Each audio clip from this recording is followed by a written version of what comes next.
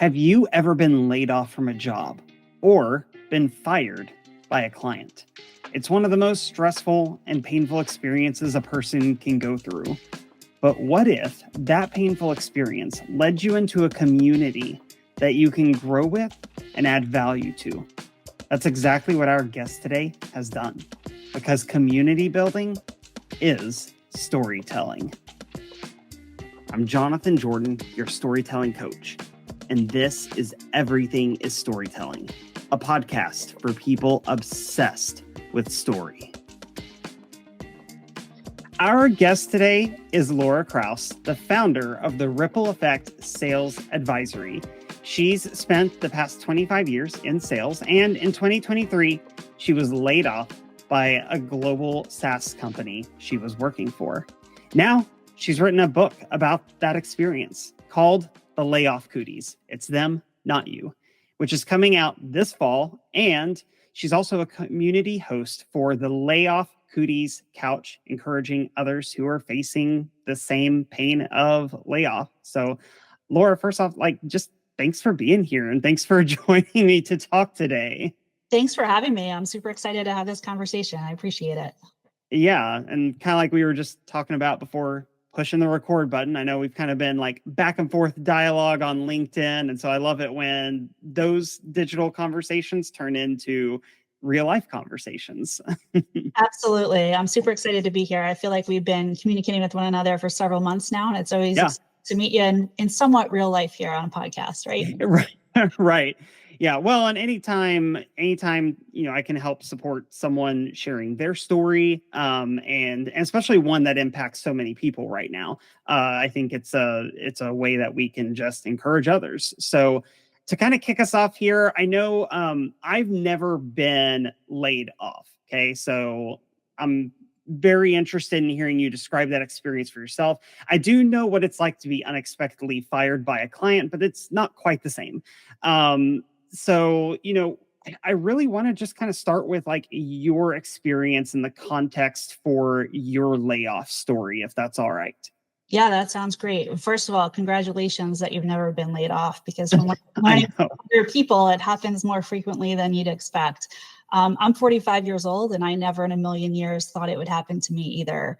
I've had really a prolific sales career over the last 25 years, starting out in sales operations, and I had my own franchise for a couple of years. And the last nearly 10 years or so, I was in the SaaS industry working for about 3 different organizations and having a tremendous amount of success over that time period. And so I was really shocked last November as I was leading one of the top producing global sales teams at my company to have received an email at 9:15 a.m. in the morning that said your role is eliminated. Jeez. So the whole email thing, not even like a sit down conversation or even like a Zoom call. Exactly. And so what's interesting is that an hour and a half later, I did have a Zoom call with my SVP of sales, who actually didn't have the courage to turn on his video camera and have the conversation with me to let me know that I was in the process of being laid off.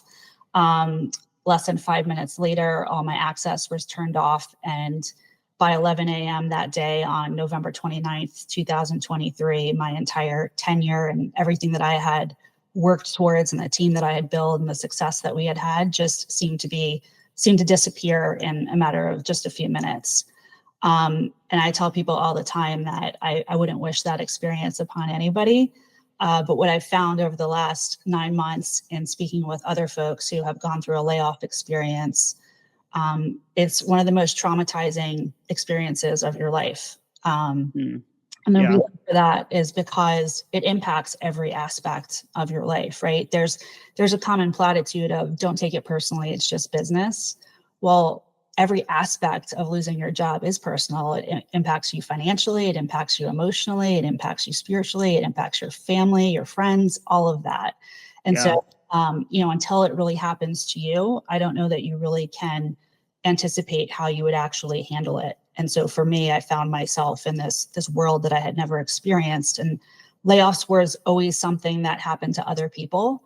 It's not something that top performers like myself. And, I'm ashamed to admit today that I always thought when somebody was laid off, oh, they're smart. They'll go get another job. Like, not a big deal. Like, Yeah. no, especially in today's market, it's very, very difficult to get yourself back out there and working again. And, it really is a traumatizing event. Yeah. Well, and especially if there's a lot of layoffs happening, I'm sure in your industry, it's like the companies you would be applying for already see they're dropping a lot of people too. Then suddenly, I'm sure there's this just crushing feeling of what do I do next? Yeah, absolutely. And, like I said, I was working in technology sales, which the tech sector has had a huge hit over the Yeah. last few years. And so when I was laid off in November of 2023, there had already been, over 100,000 lost jobs across that sector alone. And in 2024, it's actually continuing. What's fascinating though is when I first started working at this company was right before the global pandemic and about a month before the world shut down. And never during that time, during the pandemic, did I ever fear that I was going to lose my job. And it's kind of crazy to think back on that now, knowing what happened to so many people back then. But until this happened to me 4 years later, it really made me realize that nobody is safe within their corporate environment, that layoffs can literally happen to anybody, whether you're a top performer or not. And you really need to be prepared to be able to handle that news unexpectedly. Mine was a complete blindsiding layoff. And the reason I say that is because our company had gone through layoffs earlier in the year. And earlier that summer, we had done a complete restructuring of our sales team, which meant that I actually got new people on my team as a leader. So in my mind, if they wanted to lay me off, that should have happened earlier in the year. So when I received that email a week after Thanksgiving, I absolutely was completely shocked because no one in our organization was really anticipating that there was going to be another round of layoffs after the big one that we had earlier in the year. So, so that part of it was the blindsiding part that I'll never forget. Yeah, I'm sure you probably, I think most people in your situation would have felt like, okay, we're safe. Like we made it through this round. And then, man, talk about really crappy timing, like going into the holidays and all that. Like I've always heard other stories of people getting laid off around the holidays and just how that adds an additional layer of pain to the situation. Yeah, absolutely. I mean, there's never any good time throughout the year where layoff is well received, right? But certainly not during the holidays when you're trying to be happy and, celebrate. Those first couple of weeks after my layoff, I was in such dire need of connection. That's when I started posting on LinkedIn every day. Prior to that, I never really was on LinkedIn very much other than just connecting with people that I worked with or my customers or what have you. But going from a complete calendar, a booked calendar one day to a completely empty calendar the next, you wonder, what do I do with myself, right? And there's only so much, crying in your bedroom that you can do. And so I put myself out there on LinkedIn just days after my layoff, and I started vulnerably sharing how I was feeling about this traumatizing event. And the most amazing thing happened, Jonathan. I tell people all the time that the LinkedIn community helped save my soul after my layoff. I found the most supportive community out there and just started building my tribe, if you will, over the next couple of months. And every single day posting vulnerably how I was feeling actually helped me through my own healing process. And it's one of the things that I would recommend to anyone who finds themselves in a layoff situation. While it may sound great to kind of, spend time by yourself and, feel like you're all by yourself and having to suffer alone, you don't have to do that. There are people out there that want to help, that want to support you, and talking through all your emotions and how you feel about it is actually one of the most healing things that you can do for yourself. And so I would recommend that anyone that finds themselves in that layoff situation to make sure you can go and find that support that's available, and because it's out there. Yeah, community always makes a huge difference. And I'm glad you brought up your writing process because this is something that, like, you've actually talked about it on your LinkedIn profile, that you wrote this book as part of your healing process and how it's helped you through that. So, you've already touched on some of what helped you, but I'd love to maybe hear in those days after the layoff, what were some things that either happened or were said that were not helpful? Because I think it's good for people to hear that part of it too. Yeah, great question. I think the things that aren't helpful are just the general platitudes that people say, like the don't take it personally, it's just business, or Yeah. don't worry, get out there, you'll find another job, and oh, it happens to everyone, you'll be fine. It's kind of like a platitude that someone says when you lose a loved one, right? Like, you're in my thoughts and prayers. It's like the societal thing that you say. And I think at the core, people are trying to be helpful and trying to show their support. So they say these things that, in retrospect, really don't hold a lot of value as being helpful. They're just quite frankly, just boring platitudes that don't help at all. So for me, those things were not helpful to hear over and over again. And, I would encourage anybody that if you are talking to someone who is laid off, it's a very simple response. It's, I'm sorry this happened to you. Is there anything that I can do to help? Mm. And then you're leaving it on the person who's been laid off to say, you know what, I'd love if we could just have a conversation next week. Can you meet me at Starbucks? Or, hey, you're leaving it up to the person to provide commentary on what it is that they actually need, rather than kind of some false advice of, hey, you just need to do this or you need to do that. In that moment, we're not asking to be fixed or to be healed. We just want to know that there's support. Yeah. So, the cheerleader approach isn't the best one in that moment. The rah, go get him, Tiger, right? No. Yeah. That can come later. Yeah. So, we've kind of touched on this a little bit already, but I feel like every single week brings some kind of new headline of another company laying off 5,000 people here, 10,000 people there, right? So, what is the advice that you would give to others that you wish you had received when it happened for you? Yeah, first thing is, one, I would acknowledge that it happened and that you're going to be okay, which in the heat of the moment is very hard to do, right? It's this whole, I can't believe this happened. It's the 7 stages of grief, right? You go through the initial shock, you go through denial, you go through anger, depression, bargaining, testing, and acceptance. You're going to go through that full gamut of grief, because you're grieving not only a job, but you're also grieving part of who you are, right? It's no secret that a lot of people associate themselves with their career. I know I absolutely did. I often say that my profession was as much a part of me as my big brown eyes. Like when you say Laura Krauss, you say sales professional, right? And that's not to say I'm not proud of being a mom and a wife and a sister and a daughter, but I valued myself based on what I brought to the table from a professional standpoint. And so for a lot of people who identify with their jobs and now they no longer have that, there's this constant back and forth in their minds of, wow, who am I now? What am I going to do next? Right. And so the first thing is to acknowledge that it happened and that you're going to be okay. The second thing is to really take time to feel that grief. And there is no timeline for what that grief timeline looks like. It's different for everybody. I'm only 9 months out and I grieve my lost job very differently today than obviously I did 9 months ago. But there are things that are going to trigger you really for the rest of your life that you'll always remember. You'll always remember what you were doing, what time it was when you found out, how you told your family, how your friends reacted. Like, there are certain aspects of your layoff that are going to be with you for the rest of your life.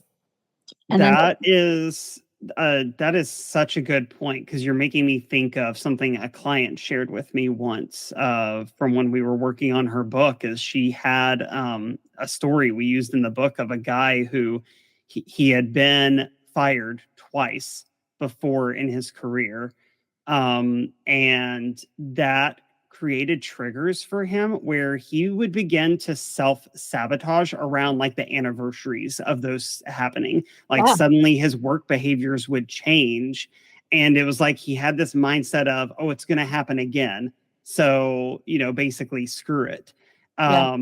And he didn't even realize that that trigger was happening, right? Like it was subconscious. So that's such a powerful point.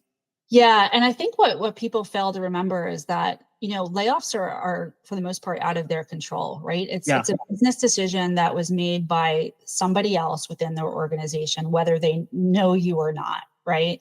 And right. so it's very easy to go back and second guess yourself and say, oh, I shouldn't have said this at that meeting, or maybe I shouldn't have sent that email, or oh my, Mm, I opened up to my boss about this, and maybe that's the reason my name landed on this list, right?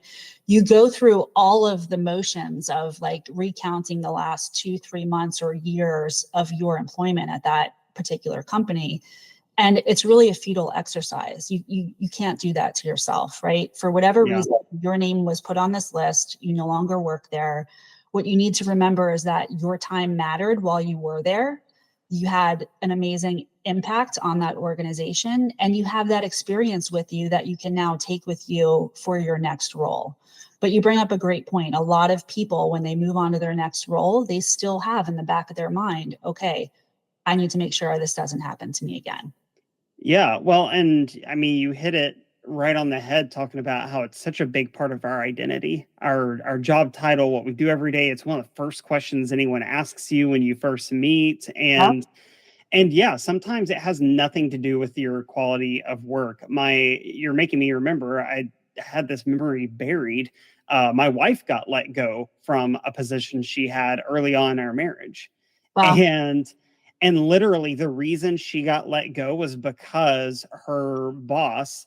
It was literally just a financial thing. Of She realized that her books were not good and she had to make some quick cuts. And guess who the highest paid employee was? My wife, Yeah. because she did a great job. And so she filled a valuable role, but it was just purely, I can't afford your position anymore. And it had Right. nothing to do with her quality of performance. Right. Yeah, you're absolutely right. And here's the thing with layoffs. I think as a society, we tend to bucket them all as the same thing, right? It was, Yeah. oh, this company overhired and that's why they're laying them off. Or, Mm, oh, yeah. this company, only showed 30% growth and that's why they're letting people go, right? Like we come up with all these reasons why. And what I've Right. learned in talking with over 400 people over the last 9 months, Jonathan, is that, everybody's layoff situation is unique. And so it's really important that we don't generalize and kind of put them in these buckets of, oh, everyone's layoff story is the same, because Yeah. and, in listening to other people share their stories, sometimes there are reasons why things that they did may have landed them on their layoff. I actually unpeel the layers of the onion in my story, in my book, The Layoff Cooties, It's Them, Not You, about some things that transpired just weeks prior to my layoff that I believe absolutely impacted the decision to lay me off. And that's just my story, right? There's Yeah. hundreds, thousands, and tens of thousands of stories out there of the same. But here's what I recognized when I was talking with all these people. It was both encouraging and discouraging. It was Mm, encouraging because you realize that you're not alone and that these same feelings that you experience as you go through these stages of grief of losing your job are the same experiences that other people have had too. So it allows you to feel better in the sense that you're not alone in that aspect. But it's also extremely discouraging, right? When you hear how prevalent these stories are for people, like right. it's kind of like a double-edged sword there. Yeah. So while we're on kind of that note, the double-edged sword, which is painful, you kind of kicked off our discussion talking a little bit about vulnerability and just being open about what was going on at the moment, and sharing your story right away, which is huge, because not many people will do that. Right. So I'd love to hear you talk a little bit more about that aspect of reframing your story through vulnerability. What would you share with others, especially if they're on the job hunt and they're afraid that vulnerability is going to hurt their chances of the next job? What advice do you have? Right. I think that's a very unique and personal decision. For me, the way that Yeah. I show up on LinkedIn is who I am. I led in a very vulnerable and authentic way my entire 25 years in my career. All of my sales cycles were run that way. All of my relationships that I built over the years are with that same vulnerable and authentic feel. And I believe that that's what my differentiator is and why I had so much success, right? Listen, I recognize not everybody is going to want to go to LinkedIn and espouse their deepest, darkest feelings on their layoff experience or whatever it is that they're going through. Right. But the importance is, and the message and what I'm trying to share is to be able to find your group where you can do that. If it's in a private support group, great. If it's with family and friends, awesome. The important part is to be able to get those feelings out and recognize them for what they are, because it's all part of the emotional healing process. And what I found with the growing layoff community, with the more and more people that I talk to, is they suppress these feelings and emotions that they've gone through. I mean, I've talked to people who were laid off 10, 15 years ago. I'll write some post, and all of a sudden that jars some emotion from 10 or 15 years back, even though they've been working in the business world for the last 15 years, right? They've moved on from their layoff, but it triggers that emotion of what they went through back then. And so I think the whole thing around vulnerability and authenticity is that it's all really your personal choice as to how you want to communicate what those feelings are. One of the reasons why I created the Layoff Cooties Couch as a private community is to give people a safe and welcoming place to be able to commune with other people who have experienced a layoff.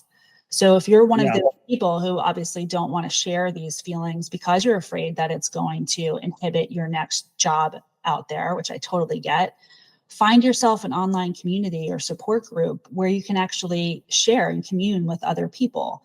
And I think that can lead towards healing in and of itself. Yeah, I want to hear a little bit more about the Layoff Cooties Couch. Like, what does the format look like? Because if someone's listening to this right now, whether it's when it releases or 15 years from now, and either they've been laid off or they know someone who has been, I'd love for them to have an idea going into it of what the expectations are. So, what does it look like in that community that you've been able to help build? Sure. So I think it's important to talk about what the Layoff Cooties are in and of itself, because that's kind of the whole brand of my book and my community. And if you check me out on LinkedIn, you'll see it on my banner as well. So the phenomenon of LinkedIn Cooties is that after you've been laid off for whatever reason, people don't want to associate with you anymore because they think that you have something wrong with you. And that's why they're going to be next to be laid off. Right. And so for me, it wasn't so much the trauma of losing my livelihood and my paycheck. For me, it was the loss of relationships and friendships that I had built at my company. And when I was no longer working there anymore, it's like I completely disappeared from their lives. And someone who values relationships, not just from a sales career perspective, but just as a regular human being, for someone who invested a lot of time in my work relationships, to have those go away a week after I was laid off and to not be able to communicate with them anymore, to me, that was a lot of my emotional grief. Yeah. And so the Layoff Cooties book obviously shares that experience and the layers of grief associated with that. But the community is really, it's an online community. You can actually join for free. I'm in the process of making some enhancements here in the next couple of weeks. But we also have access to coaches and counselors there. So we'll have different topics that are related to things that are important within the layoff community that they can have access to.